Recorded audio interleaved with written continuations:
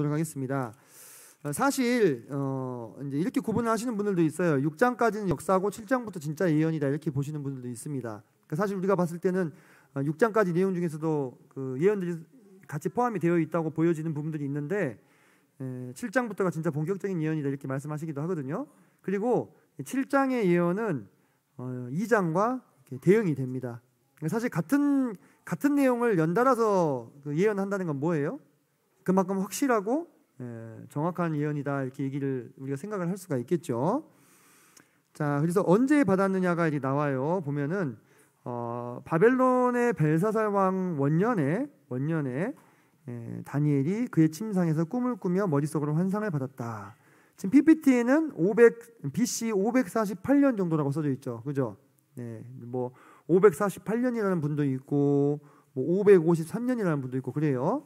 이때 다니엘이 몇 세쯤 됐을 것으로 추정하냐면 60대 후반 정도 됐을 것으로 이렇게 추정을 합니다. 자, 그때 큰 짐승 넷이 바다에서 나왔는데 그 모양이 각각 다르더라 이렇게 했어요. 자, 여러분들 우리가 이사야서 공부하면서 리워야단 기억납니까? 리워야단 기억나죠? 네, 그래서 이 유대 히브리 민족의 이 세계관 안에서 이 바다는 긍정적인 이미지가 아닙니다. 예, 바다는 혼돈스럽고 통제되지 않는 것. 예, 그래서 이 바다에서 짐승이 나왔다 하는 것은요, 주로 이 국가를 많이 이야기해요. 그것도 가증스러운 이방인 국가들을 말하는 거죠. 그래서 큰 짐승 넷이 바다에서 나왔다. 흉흉한 그 바다, 제어되지 않는 바다, 하나님의 대적인 리워야단이나 라합이 사는 바다, 이렇게 부정적인 이미지로 많이 봤어요. 그 모양이 각각 다르다 했는데, 자, 첫 번째 짐승은 7장 4절에 나오는데 사자와 같은데 독수리의 날개가 들려 있다. 그리고 내가 보는 중에 그 두 날개가 뽑혔고 땅에서 들려서 사람처럼 두 발로 서게 함을 받았다. 이렇게 나오는데요. 이 사자와 독수리의 날개 모두 바벨론의 상징입니다. 바벨론의 부조로 이렇게 되어 있는 것들을 보면은 날개 달린 사자 부조도 많이 출토가 되거든요. 근데 그 날개가 뽑혔다는 건 뭘 의미하는 거예요? 바벨론 제국의 힘이 약해지고 있다는 걸 말하는 거죠. 그죠? 이 바벨론 제국은 세계사에선 신바벨로니아라고 부르는데 이 신바벨로니아를 창건한 사람이 바로 느부갓네살 왕입니다. 느부갓네살 왕. 그런데 이 느부갓네살 왕이 거의 유일한 힘을 써본 왕이에요. 이 신바벨론 제국에서. 근데 지금 이 예언을 받은 때는 언제예요? 이미 느부갓네살 왕은 죽고 누가 왕이 되어 있는 때입니까? 벨사살이 왕이 되어 있는 때죠. 벨사살 원년이라고 했잖아요. 네. 사실 벨사살 말고 왕이 위 한 명 더 있어요. 벨사살 아빠. 나보니두스라고 제가 지난번에 한번 말씀드렸었죠. 나보니두스가 다스린 지 3년째 될 때부터 자기 아들이랑 공동 통치를 했습니다. 공동 통치. 자, 그래서 그 힘이 약해져 있고 또 사람처럼 두 발로 서게 함을 받았다라고 했는데 이것은 이제 그 짐승을 의인화한 것으로 볼 수도 있고요. 또는 이제 주로 우리 모임에서 이렇게 해석을 많이 하던데 서 있게 하는 것은 뭐예요? 짐승에게 벌이죠, 벌. 네 발로 디디고 있어야 좀 자연스러운데 벌을 서고 있는 그런 상황. 확실히 바벨론은 약한 약세로 돌아서 있는 모습들을 묘사해 주고 있는 것입니다. 왜냐? 이거는 처음에 금신상 예언을 받을 때로부터 시간이 많이 흘렀잖아요. 그죠? 금신상 받을 때 다니엘은 10대였습니다. 지금은 60대 후반의 할아버지가 되어 있는 거죠. 자, 여긴 다 설명을 드렸고, 자, 다른 짐승 곧 둘째는 곰과 같은데 그것이 몸 한쪽을 들었고 그 입에 이사이에는 새 갈빗대가 물렸는데 그것에게 말하는 자들이 있어 이르기를 일어나서 많은 고기를 먹으라 하였더라 라고 했어요. 자, 둘째는 곰과 같은데 몸 한쪽을 들고 있다는 것은 뭘 묘사하려고 하는 것인가? 그죠? 제가 아까도 그랬죠. 페르시아는 단일 국가가 아니라 메데와 바사 두 나라의 연합국인데 페르시아가 나중에 더 우세하게 된 것을 묘사하고 있는 것으로 보이고요. 그 입에 물린 새 갈빗대는 이 페르시아에게 정복당한 나라들, 크게 리디아와 바벨론과 이집트 왕국을 묘사하고 있는 것으로 보여집니다. 그래서 이 맹세게 그러잖아요. 일어나서 많은 고기를 먹으라. 왕성한 식욕을 가지고 있는, 근데 곰이야. 물론 곰이 사실은요 엄청 빨라요. 여러분들 곰 뛰는 거 보셨어요? 보셨죠? 그 60km로 달리고 있는 자동차랑 맞먹더라고요. 네, 진짜 전력 질 줄 아는데 깜짝 놀랐습니다. 60km 달리고 있는데 옆에서 곰이 뛰고 있어. 봤는데 무시무시하죠, 그죠? 예. 근데 이 곰이 좀 비대하잖아요, 크고. 그래서 나중에 이 제국이 거대해지면서 이 제국의 역동성이 많이 떨어지게 될 것을 보여주고 있다고도 보이죠. 자, 그리고 여긴 넘어가겠습니다. 앞에서 이제 앞에 신상에서 묘사되고 있는 부분들을 겹쳐서 볼 수 있는 것이고요. 자, 그 다음으로 네 날개 달린 표범의 환상이 나오는데요. 6절 보시면 7장에 다른 짐승 곧 표범과 같은 것이 있는데 그 등에는 새의 날개 넷이 있고, 날개가 두 개만 있어도 어때요? 엄청 빠르잖아요, 날아다니니까. 근데 얘는 날개가 몇 개예요? 네 개나 돼. 그리고 머리가 네 개. 권세를 받았다. 유전자 조작되는가? 방사선이나. 근데 상징에서 머리가 네 개면 단순히 방사선 쓰여서 네 개인 건 아닐 거 아니에요. 의미하는 바가 있을 거 아니겠습니까? 뭔지 아시죠? 들어본 분들은 있을 텐데 뒤에서 설명드릴게요. 자, 표범의 특징은 뭐냐면 엄청난 순발력을 가지고 있다는 거예요. 그래서 이 표범이 상징하고 있는 제국은 바로 그리스 제국, 헬라 제국을 말하죠. 그죠? 네. 알렉산더 대왕이 그 제국을 건설하기까지 불과 한 10여 년쯤 되는 짧은 시간 동안에 그 대제국을 건설하게 된 것입니다. 그런데 이 제국이 가장 강성할 때에 인도 정벌을 마치고 돌아와서 바벨론 성에서 갑자기 알렉산더 대왕이 어떻게 돼요? 죽어요. 죽고는 그 나라가 헬라 제국이 몇 조각이 납니까? 네 조각으로 쪼개지는 것을 봅니다. 그래서 이렇게 네 날개에 그리고 사국으로 분열이 된 이러한 모습들, 제가 그 표범이 얼마나 빠른가 보여드리려고 영상을 가져왔는데 이게 플레이가 될까 모르겠어요. 되나?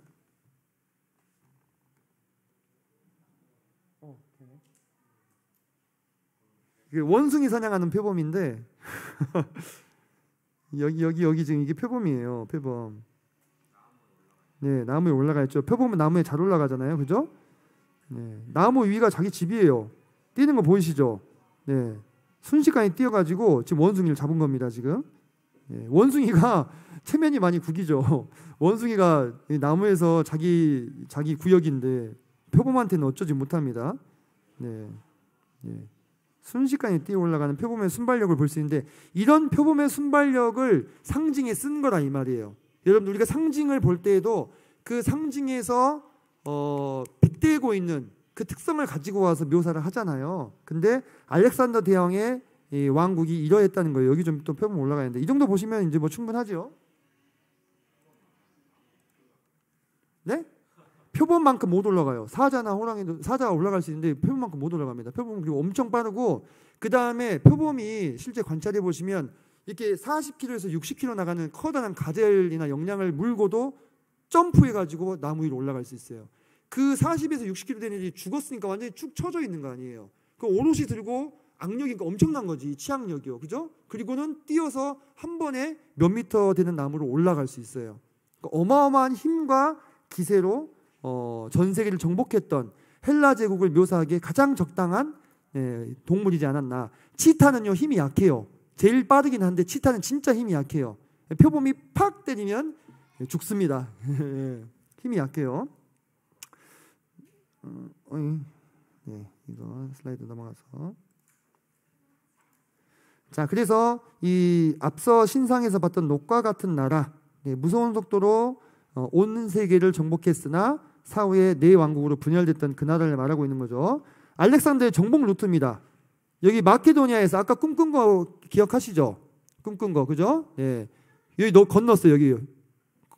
여기 바다를 건너가지고 최초의 그라니쿠스강 전투하고 이렇게 여기 쭉 내려오면서 여기서 이제 여기 예루살렘이잖아요. 만난 거예요, 그죠? 그리고 쭉 내려와서 이집트 정벌하고 기세를 몰아서 바벨론, 수사, 페르시아 여기 다 이쪽에 있는 이 마우리아 왕국, 이쪽에 있는 이 인도까지 정벌을 불과 7년여 만에 이루어낸 엄청난 속도로.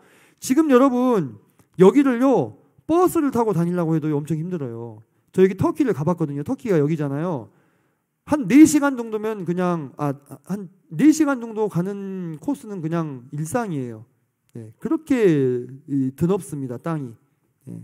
근데 이곳을 지금 이 시대에 발달된 교통수단으로 발달된 도로를 타고 가기에도 정말 이 먼 거리를 7년 동안에 수만 명의 군대를 이끌고, 걔들 또 먹여야 되잖아요. 재워야 되잖아요. 무기도 보충해야 되고, 그죠? 싸우면 다치니까 이 부상병들도 고쳐야 될 것이고, 그런 걸 다 해가면서 이 시간 만에 세계 정복을 했다는 거예요. 예. 그러니까 그 유명한 줄리우스 시저, 이 시저 장군도 이 알렉산더 대왕을 보면서 열등감을 느꼈대요. 어마어마한 사람이죠, 그죠? 근데 이렇게 될 수 있었던 것은요, 여러분 아까 느부갓네살 기억해 보세요. 하나님이 그렇게 쓰신 거예요, 그죠? 예, 하나님이 이렇게 쓰신 거예요. 느부갓네살 온 세상의 임금이었지만 탁 치니까 7년 동안 서로 살았잖아요, 그죠? 우리 생명이 하나님의 손아귀 안에 있어요. 그래서 여러분들 제가 조언을 드리자면 하나님께 잘 보이세요. 내가 어떻게 하면 하나님께 잘 보일 수 있을까? 아부라도 좀 하세요, 하나님한테. 근데 아부하고 내가 속마음이 다르면 하나님 다 보시니까 겉과 속을 동일하게 하셔가지고, 겉과 속을 동일하게 하셔서 아부라도 좀 하시라고 하나님한테. 어떻게 하면 잘 보일 수 있을까? 이 이야기를 제가 저희 아버지한테 들었다니까요.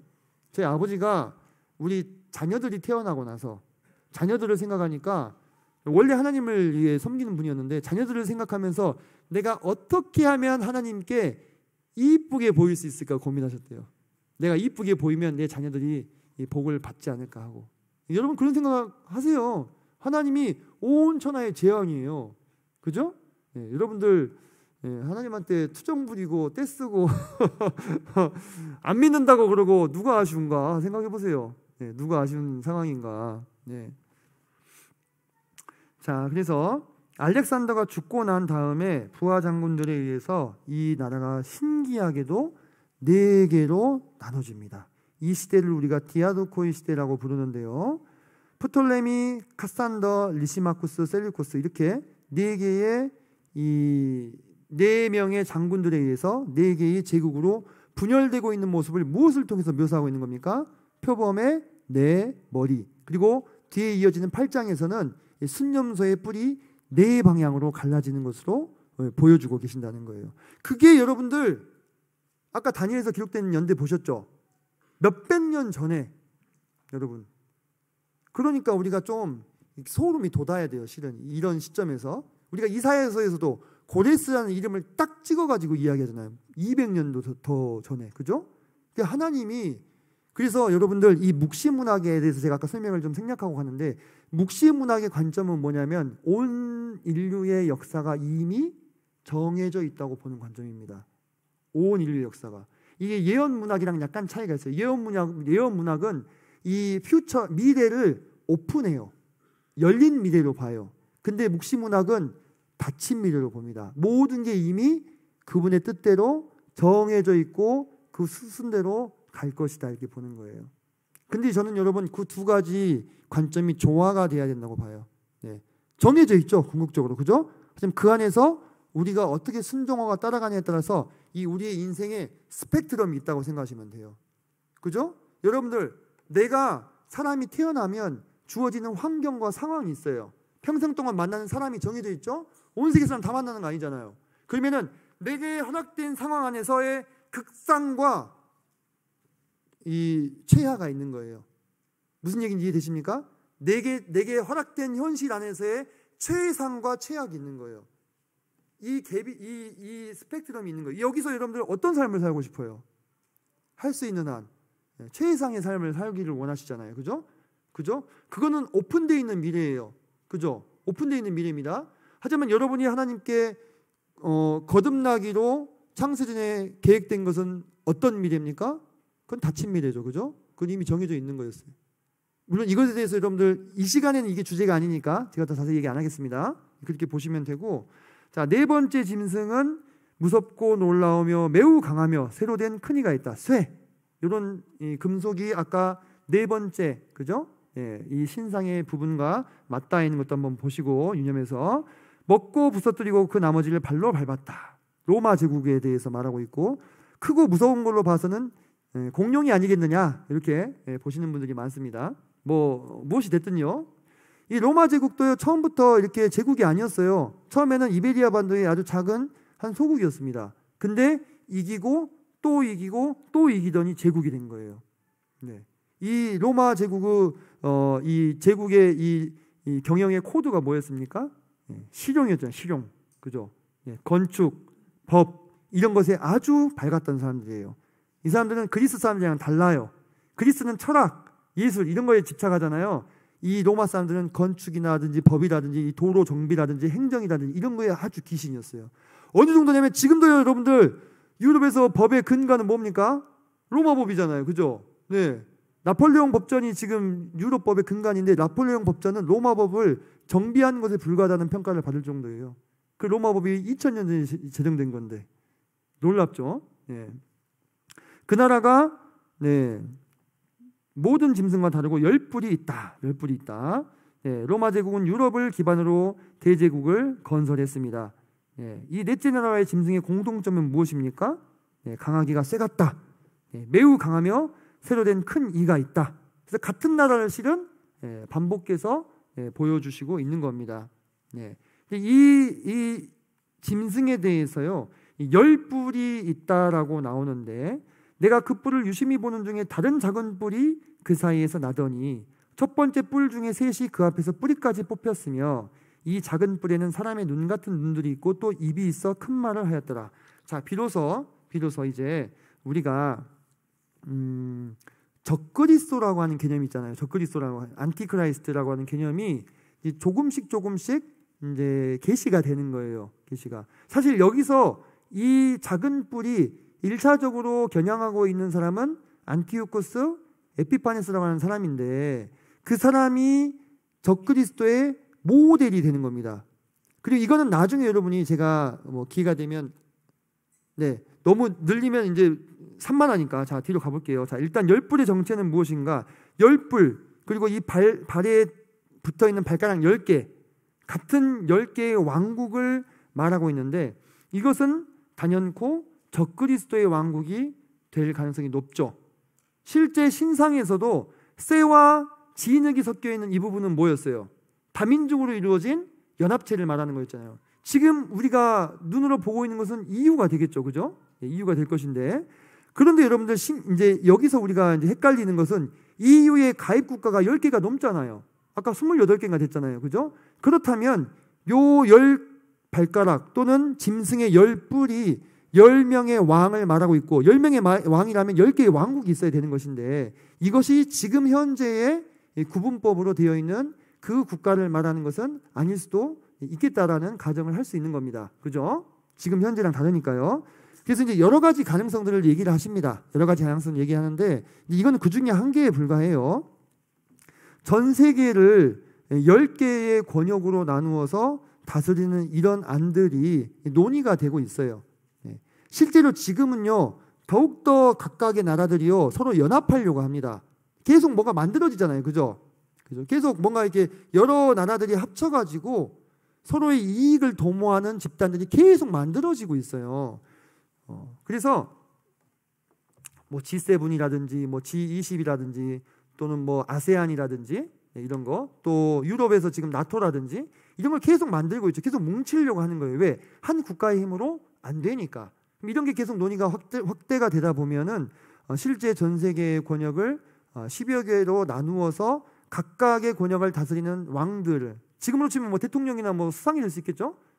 세울 수 있는 가능성이 논의가 되고 있다고 하는 것입니다. 구체적으로 이 10왕에 대한 논의가 어떻게 구체화될지는 아직도 두고 봐야 됩니다. 그걸 이거다 저거다 하는 것은 사실 의미가 없다고 생각이 돼요. 근데 그 중에서 세 왕을 이 도단한 뿌리까지 뽑는다 했잖아요. 그런 것은 어떻게 이 현실이 되겠어요? 적그리스도가 자기에게 이 좀 밉보이는 이 세 권역의 왕들을 어떻게 하겠습니까? 순식간에 처단할 수 있는 거예요. 그런 가능성들을 열어두고 보시면 됩니다. 자, 9절 보니까 왕자에 앉으신 분이 나와요. 7장의 9절 보니까 내가 보니 왕자가 놓이고 옛적부터 항상 계신 이가 좌장하셨다 이렇게 나오는데 이분은 누구를 말씀하는 것이겠습니까? 하나님이죠. 하나님. 그죠? 이 9절부터 묘사되는 9절과 10절로 묘사되는 묘사되는 이 부분은요, 여러분들 에스겔서 1장 보시면 불타는 수레바퀴의 환상 기억하십니까? 불타는 수레바퀴의 환상과 아주 유사점이 많이 있습니다. 그래서 이건 하나님에 대한 환상을 다니엘이 본 것으로 볼 수 있죠. 자, 그리고 인자 같은 분이 등장하시는데요. 자, 13절 보세요. 13절 보니까 내가 또 밤 환상 중에 보니 인자 같은 이가 하늘구름을 타고 와서 옛적부터 항상 계신 이에게 나아가 그 앞으로 인도되매. 자, 이 인자 같은 분은 누굴 말하는 거예요? 성자 예수님을 말씀하는 거죠. 그죠? 그리고 옛적부터 항상 계신 이는 누굽니까? 하나님을, 아버지 하나님, 성부 하나님을 말씀하는 거죠. 그러면서 14절 보니까 그에게 권세와 영광과 나라를 주고 모든 백성과 나라들과 다른 언어를 말하는 모든 자들이 그를 섬기게 하였으니 그의 권세는 소멸되지 아니하는 영원한 권세요 그의 나라는 멸망하지 아니할 것이니라. 이 14절의 묘사가 앞서 예언된 나라들과의 차이점은 뭐냐면 앞선 나라들은 다 어떻게 됐어요?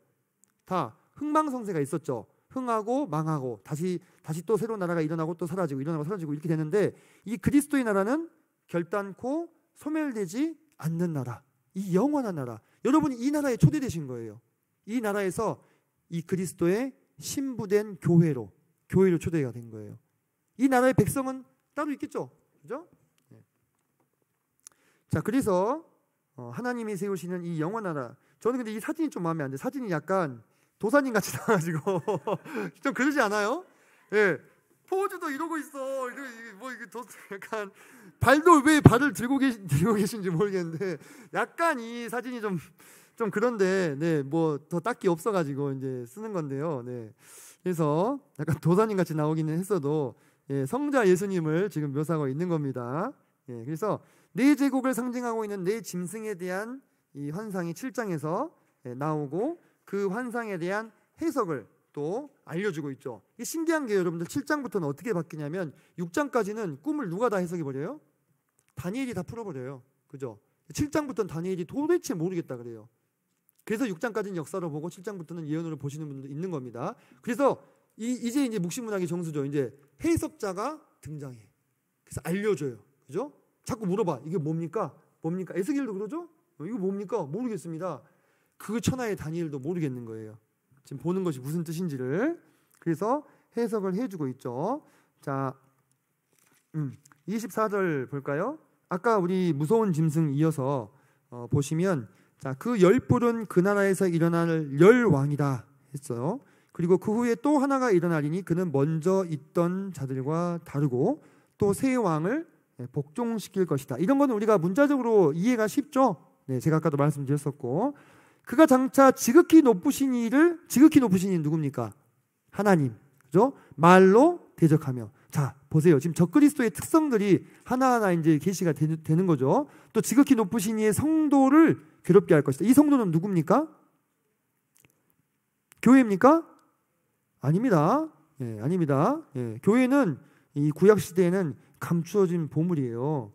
이 성도들은 영원한 백성이 일어난 이후로 아까도 그랬잖아요. 이스라엘 사람들 말하는 거예요. 유대인들, 그 후손들 괴롭게 할 것이며 그가 또 때와 법을 고치고자 할 것입니다. 때와 법은 뭐예요? 법은 율법이죠.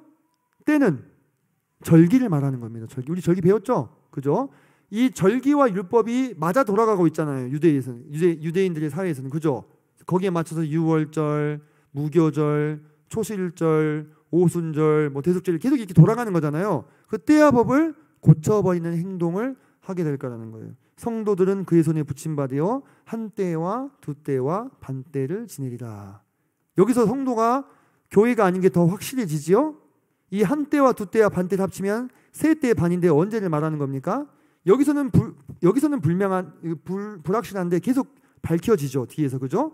다니엘서 9장에서 70일의 이야기가 나오고 요한계시록에서 3년 반의 이야기가 나오면서 계시가 점점 이렇게 밝혀지는 거예요. 점점 뒤로 갈수록.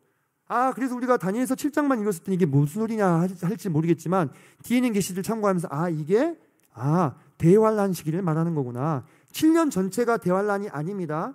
7년은 환란기고 전 3년 반이 있고 후 3년 반이 진짜 극심한 대환란의 시기예요. 이때 성도들이 손에 붙여진다 했어요. 이 성도는 누굽니까? 이스라엘 민족. 적그리스도가 그들을 대적해서 모조리 멸절시켜 버리려고 하는 거예요. 그때 남는 자들에 대해서 스가랴서에서 말씀하고 계시죠. 제가 아까 서두에서 배경 설명했던 것들 조금씩 섞어볼 테니까 들어보세요. 자, 그러나 심판이 시작되면 그는 권세를 빼앗기고 완전히 멸망할 것이요. 그래서 이 도단한 한 뿔, 이것에 대해서 뭐라고 얘기하면 멸망의 자식이라고 얘기하잖아요. 멸망의 자식, 그죠? 가증한 멸망의 자식. 네. 자, 이제 뒤에 여기 이제 밑에 있는 설명은 또 뒤에서 할 수 있으니까 넘어가고요. 자, 작은 뿔을 심판하고 세워지는 나라는 적그리스도를 멸하시고 세워지는 그리스도의 왕국을 말합니다. 우리는 여기에 함께 참여하게 될 것입니다. 제가 아까 두 번째 시간 마지막에 좀 기묘한 비유를 들어가지고 좀 불편하신 분이 있었는지 모르겠는데 실제 그래요. 우리의 육신은 영계와 이 세상을 구분하는 경계선일 뿐이잖아요. 그죠? 영계랑 이 인간계를 구분하는 경계가 따로 있습니까? 우리 막 뭐 이게 일본 애니메이션 보면 막 그런 거 있잖아요. 세상 끝까지 가면 웅 하고 이렇게 막고 있는 그런 벽들. 그래가지고 딱 누르면 물결처럼 웅 하고 울리잖아요. 그죠? 여기 쑥 들어가면 막 팔이 휘어 막 이렇게. 그죠? 그게 아니라 우리 몸이 그 경계선이에요. 여러분들 그래서 사람이 죽을 때가 되면 뭐가 보여요? 네, 영적인 세계가 보이잖아요. 그죠? 전 죽은 사람들 수기, 죽었다 살아난 사람들 수기 많이 읽어봤어요. 여러분들 그런 거 읽어봤습니까? 네. 좀 참고해 보세요. 네. 죽었다 살아난 사람들 이야기도 좀 유튜브에 치면 많이 나와요. 들어보시고. 여러분들 거기 갈 건데 궁금하지 않아요? 안 궁금해요? 아직은 오래 살아야 돼? 100세까지 살아야 돼? 은강형제님? 예. 자, 이분에 대해서 이 인자 되신 예수님에 대해서 자, 마가복음 14장에 보면은 예수님이 대제사장의 질문에 대해서 이렇게 얘기합니다. 예수께서 이르시되 내가 그니라 인자가 권능자의 우편에 앉은 것과 하늘 구름을 타고 오는 것을 너희에게 보리라. 네. 정확하게 예수님이 지금 다니엘서를 인용하셔서 자신의 정체를 밝히고 계신 거잖아요. 그죠? 네. 이때도 예수님의 육신 안에 들어있는 것은 참된 하나님이셨죠. 그죠? 육체를 입고 있을 뿐이셨기 때문에 이 다니엘이 봤던 이 환상 가운데 드러난 성자 하나님이신 것을 이렇게 다니엘서를 인용해가지고 증거하신 거예요. 근데 그 사람들은 이것을 무엇의 근거로 봅니까? 신성모독의 근거로 보잖아요. 그죠? 네, 다른 거예요. 생각이 완전히 다른 겁니다. 알아볼 수가 없는 것이죠. 자, 그리고는 이제 8장으로 넘어가 보겠습니다. 8장. 자, 순양과 순념소의 환상이 나옵니다. 순양과 순념소의 환상. 자, 8장의 환상은 벨사살 왕 3년에 보게 되는 것인데요. 을레강변에서 보게 된 것입니다. 여기 보면 이제 어딘지 지금 지도에 표시가 되어 있죠. 그죠? 엘람 지방의 수산성에서 환상을 보았는데요. 이 환상을 볼 때에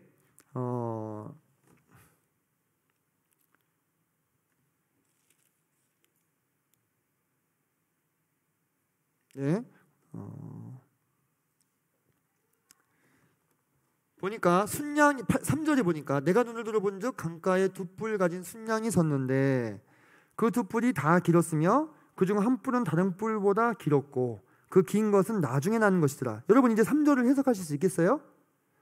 자, 이 순양이 누구인가에 대해서는 20절에서 본문에서 해석해 주고 있죠. 메대와 바사의 왕들, 다시 말해서 메데 페르시아 제국을 말하는 건데 두 뿔이 있대요. 누구와 누구를 말하는 겁니까? 메대와 페르시아를 말하는 거죠. 근데 한 뿔이 다른 뿔보다 길었대요. 뿔은 보통 상징을 풀 때 권세로 봅니다. 한쪽 뿔이 더 컸다는 것은 그 권세가 더 컸다는 걸 말하는 거죠. 근데 어느 쪽이 더 컸어요? 나중에 난 것이 뭡니까? 메대보다 바사가, 처음에는 바사가 봉신국이었어요. 메대에. 근데 바사가 더 커져가지고 바사 위주의 페르시아가 된 겁니다. 그것을 정확하게 묘사해주고 있는 거예요. 근데 이 순양이 4절 보니까 서쪽과 북쪽과 남쪽을 향하여 받아요. 뿔로 받아. 근데 당할 짐승이 하나도 없다라고 나와요. 지금 계속해서 짐승은 무엇을 빗대고 있는 거예요? 열국을 말하고 있는 겁니다. 열국을. 자, 보면은 정확하게 북쪽에 리디아, 서쪽에 바벨론, 남쪽에 이집트를 받고 있는 이 페르시아 제국을 예언해주고 있는 거예요. 이 시점에, 그죠? 그래서 그곳을 다 정복했죠. 개걸스럽게 고기를 먹어치우는 둔한 곰처럼 갈빗대 3개를 입에 물고 있는, 그죠? 네, 2팔 가진 은으로 된 가슴과 2팔 계속 겹쳐서 생각해 보세요.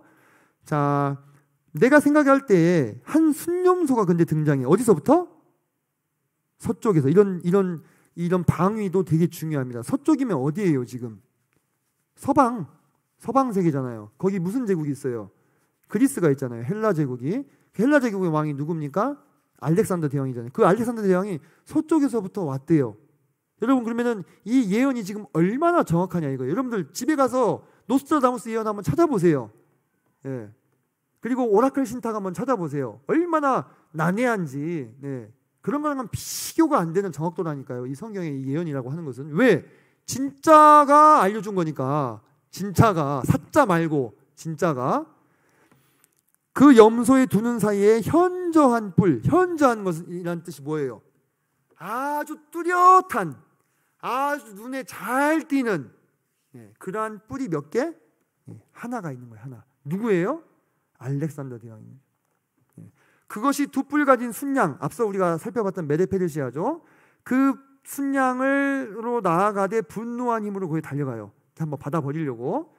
자, 이 순념소는 헬라 왕이다, 이렇게 말하고 있습니다. 근데 왜 이 큰 뿔이 첫째 왕이라고 말했을까요? 다니엘서 8장 21절에서. 알렉산더 대왕이 혹시 알렉산더 몇 세인지 아십니까? 알렉산더 3세입니다. 그러면 2세도 있었을 것이고 1세도 있었을 것이고, 그죠? 알렉산더 말고 다른 이름 가진 마케도니아의 왕들도 있었을 텐데 왜 이 사람을 첫째 왕이라고 얘기했을까? 앞선 왕들은 제국을 만들지 못했어요. 앞선 마케도니아의 왕들은 제국을 만들지 못하는 왕들입니다. 그냥 그리스의 도시국가였습니다. 알렉산더 대왕의 아버지였던 필리포스 왕 때에 이르러서야 비로소 마케도니아가 조금 반기게나 끼는 나라가 되었지, 그전에는 우리가 들어본 아테네나 스파르타가 더 강한 나라였습니다. 그렇기 때문에 그 앞선 왕들은 사실 제국의 왕으로서는 인정해 줄 것이 없는 거예요.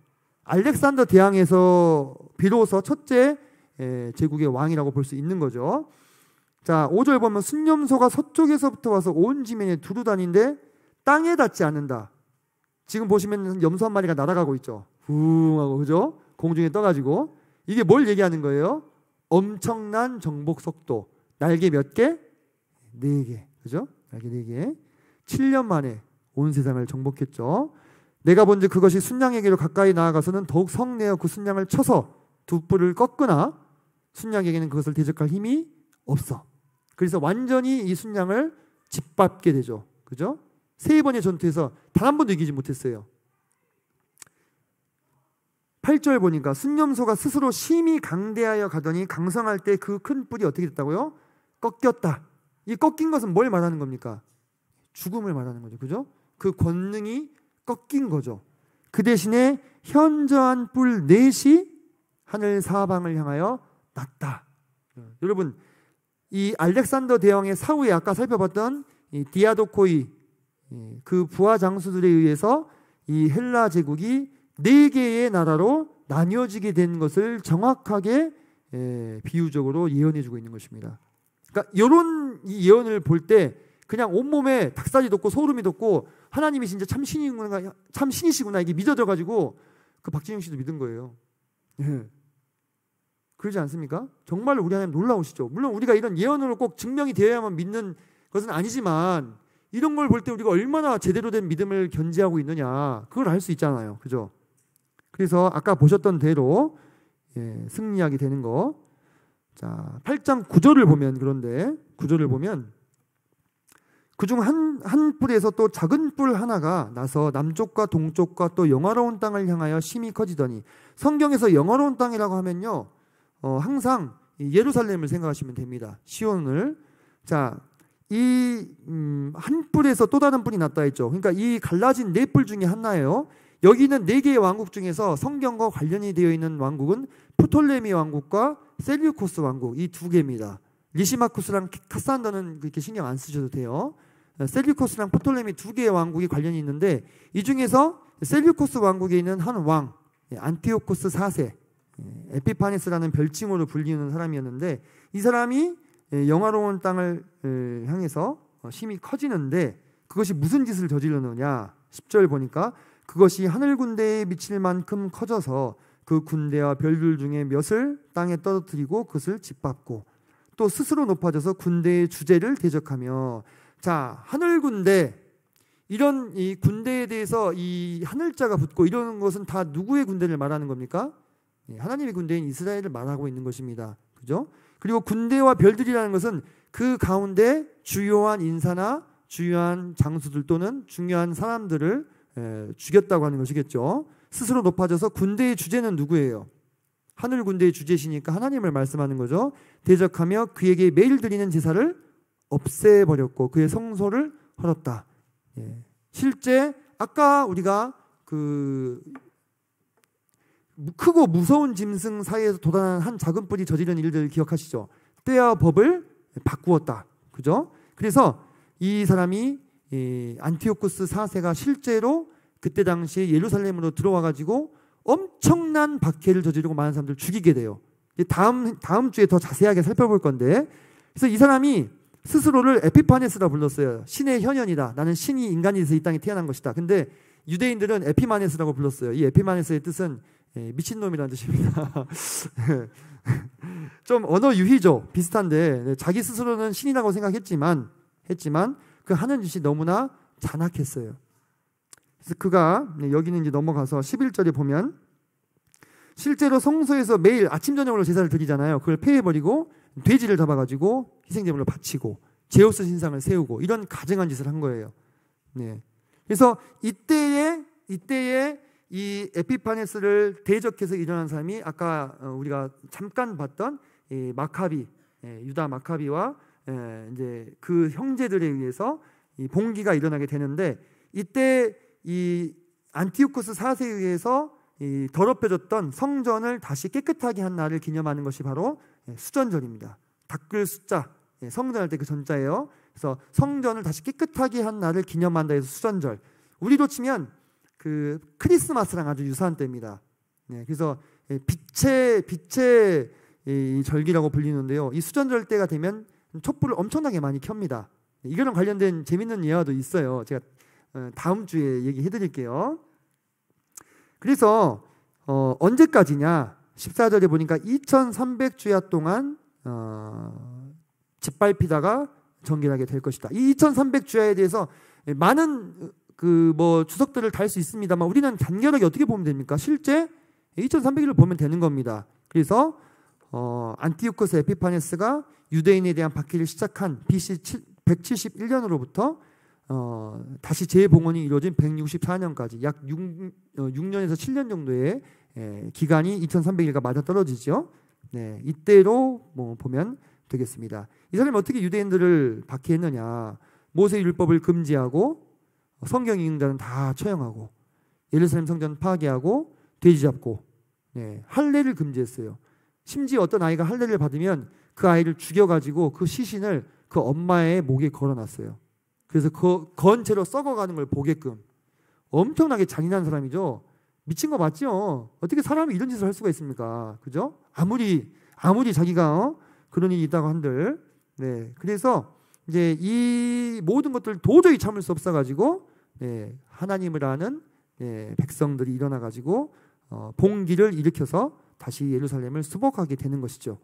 그래서 자, 이런 부분은 제가 이제 올려놨으니까 참고로 읽어보시고 이 수전절은 그래서 신약성경에도 나오잖아요. 그죠? 자, 15절 보시면 기이한 묘사가 나오는데요. 8장 15절입니다.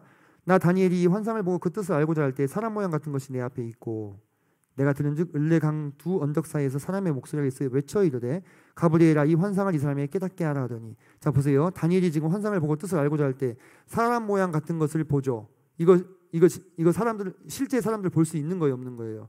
못 보는 겁니다. 영적인 존재입니다. 이때 다니엘은 이 시각이 사실상 영적인 세상과 이 땅의 세상에 혼재되어 있는 양상으로 나타나는 거예요. 이런 사례를 우리가 성경에서 어디서 찾아볼 수 있죠?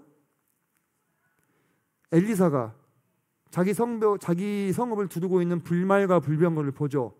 자기는 보는데 누구는 못 봐요. 사화는 못 보죠. 그래서 어떻게 구합니까? 눈을 열어서 보게 해달라고 하잖아요. 그때 어떻게 합니까? 온 성읍을 가득 메고 있는 하나님의 불말과 불병거를 보죠. 그죠? 그게 영적인 실체입니까? 관념입니까? 실체잖아요. 그죠? 아이디어가 아니에요. 아이디어, 관념이면 생각만 있는 건데 그렇지 않습니다. 영적인 것들은 반드시 실체가 있다고 하는 것입니다. 그것을 보고 가브리엘이 이제 이 다니엘에게 듣는 것들을 깨닫게 하는데, 자, 그 영적인 실체 앞에서 육체를 가지고 있는 다니엘이 어떻게 됩니까? 18절 보니까 깊이 잠들어 버려요. 힘이 빠져가지고. 그러니까 이 육신을 가지고는 영적인 존재한테 접촉할 수가 없는 거예요. 그걸 감당하지를 못하는 겁니다. 육신이. 그래서 사실 다니엘서를 뜯어보면요, 우리가 많이 계시되지 않았던 영적인 세계에 대한 어떤 부분들도 관찰을 좀 할 수가 있습니다. 이게 사실 우리의 신앙에 엄청 도움이 되는 부분은 아니잖아요, 교훈적으로. 그래서 이제 넘어가는 것뿐이죠. 자, 그래서 이렇게 해석을 해주시죠. 앞에서 우리가 다 살펴봤던 부분들이고요.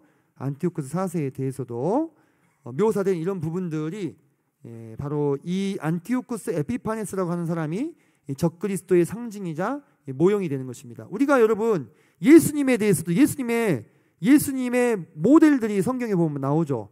그죠? 네. 예수님의 모델들이 나오는 것처럼 사단도 자기의 수하인 적그리스도의 모델들을 등장을 시키는 거예요. 그래서 이런 것은 우리가 예언 해석의 원리상 이중성취의 법칙으로 볼 수 있다. 이게 무엇이냐? 그 성경 구절이 해석되는 뜻은 어떻습니까? 한 개예요. 항상 한 개입니다. 하지만 그 성경 구절에 대응되는 모델들은 여러 개일 수 있어요. 이게 해석이 여러 가지라는 뜻이 아닙니다. 궁극적으로 지금 말하고 있는 것은 뭡니까? 적그리스도이지만 그 궁극적인 실체가 드러나기 전에 그를 닮은, 하지만 100% 똑같은 건 아니에요. 능력이 한계가 있잖아요. 그죠? 그런 자들이 계속해서 드러나게 되는 것입니다. 우리가 이러한 예언의 기록과 성취를 오늘 역사적인 근거들을 바탕으로 쭉 살펴보게 되었는데요. 자, 여러분 보세요. 지금 신상의 예언이라든지 내 짐승의 예언이라든지 순양과 순염소 예언이 어때요? 지금 일관성 있게 반복이 되고 있죠. 그죠? 이게 뭘 말하는 것입니까? 이 예언의 말씀이 하나님으로부터 온 거예요. 이 예언의 실체가 있기 때문에 그 예언을 보여주는 상징들은 달라질지라도 그 뜻은 같은 것입니다. 그 내용이 확실하고 문자 그대로 성취될 것임을 거듭 강조하고 있다는 것입니다. 그리고 이것들이 미리 사전에 하나님에 의해서 계획이 되었다고 하는 것입니다. 그래서 이 세상은요, 무질서도가 아니고요, 하나님의 완전한 계획과 질서와 통제 안에 있다는 거예요. 여러분들 양자역학에 대한 이야기를 들어보시면 세상이 완전히 무질서하고 측정 불가능한 영역이라고 설명하는 사람들이 있습니다. 그래서 양자역학을 신이 없는 것의 증거라고 말하기도 합니다. 네. 그렇잖아요. 그죠? 관측이 안 돼요. 확률로밖에 표시할 수 없어. 정해지지 않은 세상인 거예요. 그게 가장 미시세계에 포함되어 있었던 거예요. 사람들이 깜짝 놀랐죠. 이거 진짜 신이 없는 거 아니냐. 그죠? 그랬는데 그렇지 않다는 것입니다. 그 신비는 우리는 못 풀죠 아직. 저는 그냥 이렇게 혼자 생각해 봤어요. 그 무질서에서 한꺼풀 더 들어가면 질서가 있을 거다라고 생각했어요. 네. 네. 더 얘기하면 안 될 것 같아요. 네. 자, 오직 하나님만이 진정한 하늘의 왕이시며 전능자가 되신다. 그래서 우리가 성경을 문자 그대로 믿고 하나님을 신뢰할 수 있다. 그래서 장차 될 일들에 대한 성경의 예언도 앞으로 문자 그대로 성취될 것을 우리가 유추할 수 있습니다. 이미 이루어진 것들을 바탕으로 앞으로 기술된 것도 이루어질 것이다라고 믿는 거죠.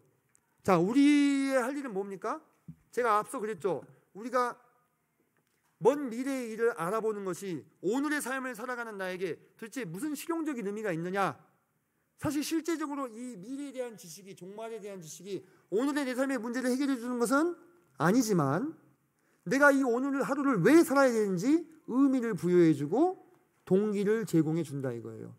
우리가 이 천하만국을 다스리는 하나님께 부르심을 받아서 그분의 자녀이자 그분의 종으로서 부르심을 받았다는 게 얼마나 큰 의미냐 이거예요. 내가 내게 허락된 이 인생을 허투루 살 수 있겠어요? 대충 살 수 있겠습니까? 그래서는 안 되는 거예요. 정말로 하나님이 정말 많은 소망을 품고 여러분을 부르신 겁니다. 그분의 그리스도의 나라에, 영원한 나라에 드리기 위해서. 영광된 모습으로.